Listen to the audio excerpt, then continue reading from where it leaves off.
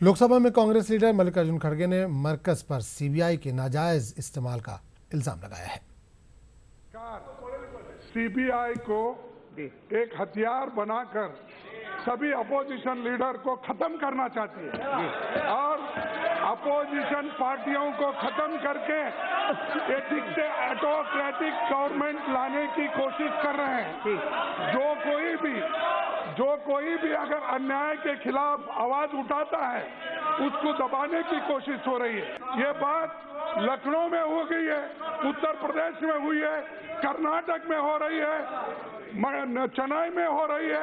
हर जगह जहां पर उनके खिलाफ के पार्टियां हैं वो सभी के ऊपर वो अन्याय और अत्याचार कर रहे हैं। कांग्रेस लीडर गुलाम नबी आज़ाद ने कहा है कि बीजेपी ने 5 वर्षों में सिर्फ अपोजिशन को खत्म करने की कोशिश की है। मुल्क की तामीर और तरक्की से इनका कोई लेना देना नहीं, जबकि इनके सारे लीडर बदउन्वान हैं और बीजेपी से बड़ी बदउन्वान पार्टी दुनिया भर में नहीं है। ये पार्टी सत्ता में आई है, भारतीय जनता पार्टी सत्ता में आई है नेशनल स्तर पर, तब से भारतीय जनता पार्टी ने और भारतीय जनता पार्टी की सरकार ने काम करने की तरफ बहुत कम ध्यान दिया है।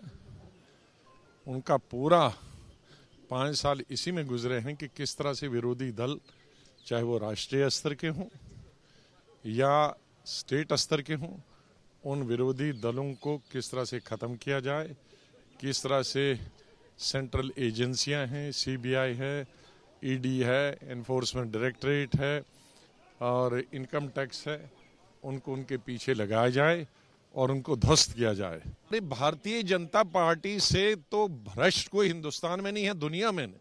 दुनिया के सब स्कीम जो हुए हैं, सबसे बड़े स्कीम तो ये 5 साल में भारतीय जनता पार्टी के वक्त है। उनकी तरफ क्यों नहीं? जो इनके चीफ मिनिस्टर करेक्ट हैं, इनके पास 45 हजार करोड़ के स्कीम हैं, 30 हजार करोड़ के स्कीम हैं।